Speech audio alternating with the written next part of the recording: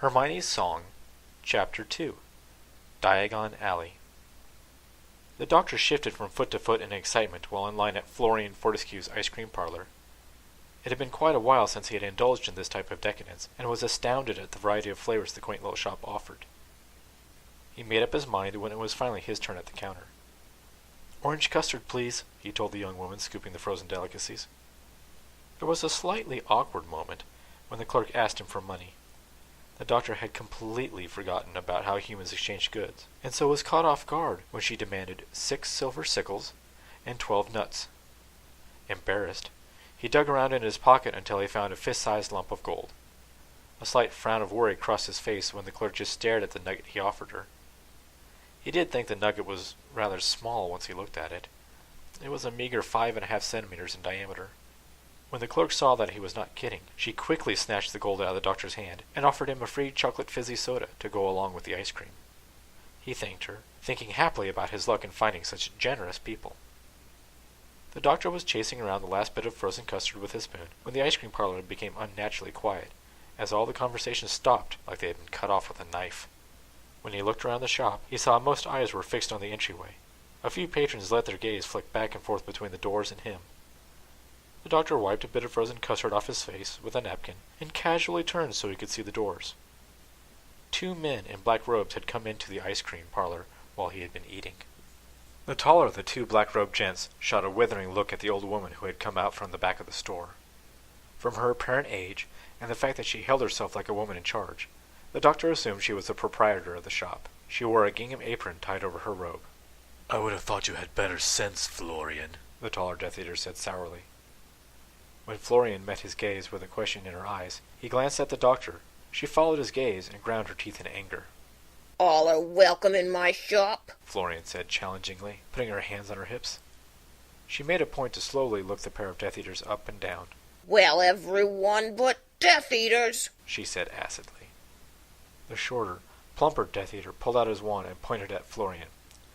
"We will deal with your impudence later, Florian, but first we have to rid your shop of a muggle infestation," he said, and turned to point his wand at the doctor. The doctor quickly picked up both feet off the floor and leaned far to the side so he could look under the table. He had no idea what a muggle was, but he was sure he didn't want to have one crawl over his feet or up a trouser leg. Sensing all eyes were on him, the doctor sat up straight again. He pointed to his chest with his left hand, while surreptitiously slipping his right into his jacket pocket. "What? Me? I'm the muggle?" he asked the patrons. An elderly couple sitting at the table next to him nodded silently in response. The doctor frowned and turned his whole body to face the 2 men in black. He put his feet back on the ground and kept his right hand in his jacket. "I'm not really sure what a muggle is, but I take it that it isn't a term of endearment?" he asked the Death Eaters. The Death Eaters rolled their eyes at the stupidity of the non-magical buffoon who had somehow wandered into their territory. With a predatory grin, the shorter Death Eater leveled his wand at the doctor and yelled, "Confringo!" The doctor had been expecting some sort of violence, and dove away from the table right before a green blast of energy shattered it into 1,000 pieces. He wasn't sure what kind of technology the man was using, but he assumed it was alien in origin.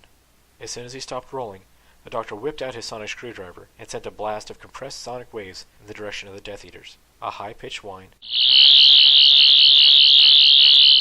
was followed almost instantly by a large bowl of ice cream exploding in front of the man who had taken a shot at him. His assailant now had a face covered in double strawberry delight. Nymphadora Tonks had been sitting at a table that faced the door and had been in the act of drawing her own wand when the shorter Death Eater had fired a blasting curse at the muggle in the center of the shop. She watched as the muggle dodged the curse and drew his own wand. The wand was unlike any Tonks had ever seen before. She couldn't see the base of it, but the end was made of silver and gold instead of wood. A glowing green crystal was set in the tip of the unusual wand.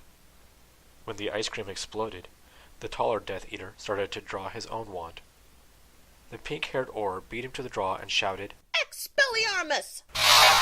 The Death Eater's wand flew out of his hand to land in the self-activated ice cream mixer behind the counter. A series of snaps and crunching noises came from the mixing bowl as the beaters demolished the wand. The doctor bolted for the door and saw a young woman with bright pink hair rush at the taller man in black robes. She was wearing a pair of black jeans and a pair of black combat boots with different colored lacings under her robe. Her left boot's lace was neon green, and the right's was bright purple. The doctor took a split second to admire her choice in footwear before he hit the door. As the young woman passed the Death Eater, she punched him squarely in his jaw with her left hand. She followed the doctor out of the door before the Death Eaters could recover. Once they were outside, the doctor slammed the doors shut and pointed his screwdriver at the lock. Again, he said no words, and a high-pitched whine came from his trusty tool. There, that should keep them busy for a time, the doctor said as he deadlocked the doors. He waved at the two men while they tried to open the doors. The shorter man smiled contemptuously and pointed his wand at the lock. "Alahomora!" he shouted. Tonks leveled her wand at the door, ready for a fight, but was shocked when it refused to open. The Death Eater shook the doors and tried the unlocking spell several more times, each as fruitless as the one before it. Tonks giggled at the predicament the Death Eaters had put themselves in, but stopped suddenly when she saw a pack of Death Eaters running their way. The doctor turned to look at what she was staring at, and then looked back at Tonks. "Run?" he asked her. Yes. Tonks replied. She grabbed him by the hand and led him into the maze of back alleys that surrounded Diagon Alley. Once she was sure they had lost the Death Eaters, Tonks took a long look at the strange man. He looked to be somewhere in his mid-20s. His light brown hair was cut so that the front would often fall in his eyes. Tonks looked squarely at the doctor. I'm Aurora Tonks. Who the bloody hell are you? She demanded. The doctor recognized the authority she put into her voice and assumed she was a member of law enforcement. He put away his screwdriver and pulled out his psychic paper. Holding it in front of Tonks, he replied with a question of his own. "Who do you think I am?" he asked her. Tonks looked at the identification the man presented. It confirmed a hunch she had about him as soon as she saw how effortlessly he cast nonverbal spells, combined with how he was dressed. You're a cat. Sorry to take the lead like that, sir, she said respectfully. The doctor looked at Tonks like she was insane, and then held his psychic paper out so he could read it. The doctor focused his will and forced the paper to show him what she had seen. The white paper shimmered, and he saw a blue identification badge. His picture was rotating in 3 dimensions in the upper left corner. Next to the picture were the words, "Covert Horror Team." The identification listed him as only the Doctor. "Oh, C-A-T. I get it now," the doctor muttered under his breath. Sir, Diagon Alley is crawling with Death Eaters. I have to report into the Ministry and tell them what is going on. Tonks told him. Wait here. I'll be back with a robe for you in a few minutes, so you won't look like such a muggle, she said. Tonks shook her head in admiration for how deeply the cats embedded themselves in Muggle society. Tonks dashed away to find a secured flue. She had to let her boss, Rufus Scrimgeour, know that not only had the Death Eaters stepped up their attacks on Muggles in broad daylight, but the Prime Minister had recalled one of his special team of Aurors back to London. London, 10 Downing Street. Rufus Scrimgeour, the newly appointed head of the Ministry of Magics, walked down the hall to the Prime Minister's office. He fidgeted in his Muggle clothes and hated how they fit. Stopping in front of a mirror, Rufus straightened his tie and took a deep breath. A long look at his reflection made him accept the real reason he was uncomfortable. The tone of the weekly meetings he had with the head of the British government had changed over the last couple of months. It wasn't that Sir John ever got cross or blamed Rufus. It was the fact that Rufus's reports became increasingly bleak every week. To add to his depressing report, Rufus had to discover why one of the Prime Minister's special team of Aurors was back in the magical community. The cats were chosen as soon as they left their wizarding school and went to work directly for the Prime Minister, bypassing the Ministry of Magic. Sighing, Rufus finished walking down the hall and knocked on the office door. Come in, Sir John Major, Prime Minister of the United Kingdom of Great Britain, said absently while he rifled through his desk. Damn, where did I put that number? He asked himself. Rufus politely coughed to let Sir John know he was in the room. Prime Minister Major, he started to say. Sir John looked up briefly from his search to stare at his Minister of Magic. Rufus, how many times must I tell you? When we are alone, you may call me John. Considering everything we've been through, I think we have earned a first-name basis, he scolded. He went back to searching his desk. As you wish, John, Rufus said dryly. He let out a weary chuckle and sat down heavily in one of the Prime Minister's overstuffed chairs. Might I ask what you're looking for? He inquired politely. Sir John gave up with a huff and sat down. I was looking for a phone number for one of our retired brigadiers, he said. Blast! The one time I need to contact old Lethbridge Stewart, I can't find his unlisted number, he sighed. Lethbridge Stewart? Wasn't he the commander of unit for quite some time? Rufus asked, surprised that Sir John would speak openly of one of the other secret organizations within their government. Sir John looked closely at Rufus, a hint of a smile tugging at the corners of his mouth. I'm surprised you've even heard of UNIT. Your circles of influence very rarely overlap, he said. When I was in Aura, I had some contact with them.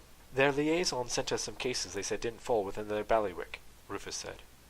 Once I knew of their existence, I made it a point to learn everything I could about them, he explained.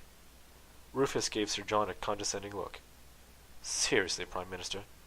Aliens? He asked in total disbelief. Sir John laughed out loud at that kind of statement coming from the man charged with keeping the magical community separate from the rest of Great Britain. You have no idea, he said once he brought himself back under control. The way he said it sent chills down Rufus's spine. Actually, Rufus, I was looking for the Brigadier's phone number to see if he would put me in contact with a man who might be willing to help us out in this magical civil war we found ourselves in, he said. No matter. I'll find it after this week's meeting, he promised himself. When Sir John didn't go on, Rufus took it as his cue to begin his weekly briefing. Like he suspected, the destruction of the Brockdale Bridge was indeed a work of the opposition. Some of our reports seem to indicate it was Voldemort himself who sent the curse into the bridge, killing all of those people, he said sadly. Bugger! For once I would like to hear some good news in these meetings, Sir John complained. He noticed the slight wince Rufus had in response to his words. You're doing everything you can. I know that, Rufus. It just gets bloody depressing hearing bad news every week, he tried to assure his friend. Rufus gave Sir John a weak smile of thanks. Well, on a brighter note, the boy the prophecy spoke about made it back to Hogwarts in one piece again, he offered. I would definitely like to meet this Potter boy someday.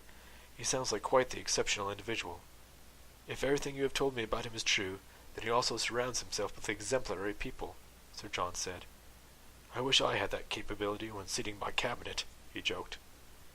Was there anything else I needed to know about the war? He asked. Rufus shifted uncomfortably in his seat. Sir, there is one thing that I need to ask you about, he said hesitantly. Sir John motioned with his hand for Rufus to go on. Were you aware that one of your cats was spotted in Diagon Alley? I thought they were forbidden from interacting with the magical community once they took their posts, he said. Sir John furrowed his brow and thought. He hadn't been aware of any of his agents coming back from the field recently. Did you get a name by any chance? He inquired. Only his code name. His identification bag listed him as the Doctor, he replied. The Prime Minister's face looked like it might split in two from how large his grin became while he rocked back in his seat. Rufus decided to press on. Considering he only has a code name, I take it that it's safe to assume he's one of the Black Cats? He asked. The group within the covert Aura team that took on special operations missions outside of Great Britain were referred to only as the Black Cats. They took on the cases no one else could handle or even wanted to know about. Their identities were so secret, all records of their existence were magically erased, including having everyone they knew obliviated in regards to them. Bugger me, Sir John chortled. Bastard's done it again. Always one step ahead of us, he said to himself. Rufus gave him a questioning look. Sir John thought about what to say. He remembered all of the briefings he had gone to in regards to the Doctor. He reflected on what had happened to all of the aliens that crossed the Doctor's path. He smiled and said, Trust me, when I tell you the Doctor is indeed the blackest of cats. Is he back in Diagon Alley on a mission? Rufus asked. The Prime Minister shrugged his shoulders. Who knows? Let's just say the Doctor is an, independent sort, he replied. Sir John became serious. Rufus, it is of the utmost importance that you get the Doctor to Hogwarts. Once he sees what's going on, I'm sure he will decide to stay and help out. He never was one who could turn his back on children in danger, he said. Sir John motioned quickly with his hand towards the door. Hurry! Before he decides to go somewhere else. The Doctor never stays in one place for very long, he instructed. Rufus stood up and gave a slight bow to his boss. At once, Sir John, he said and hurried out of his room. Sir John leaned back in his chair, a smile on his face. It was the first time in months that he had let himself hope the war with Voldemort could be won.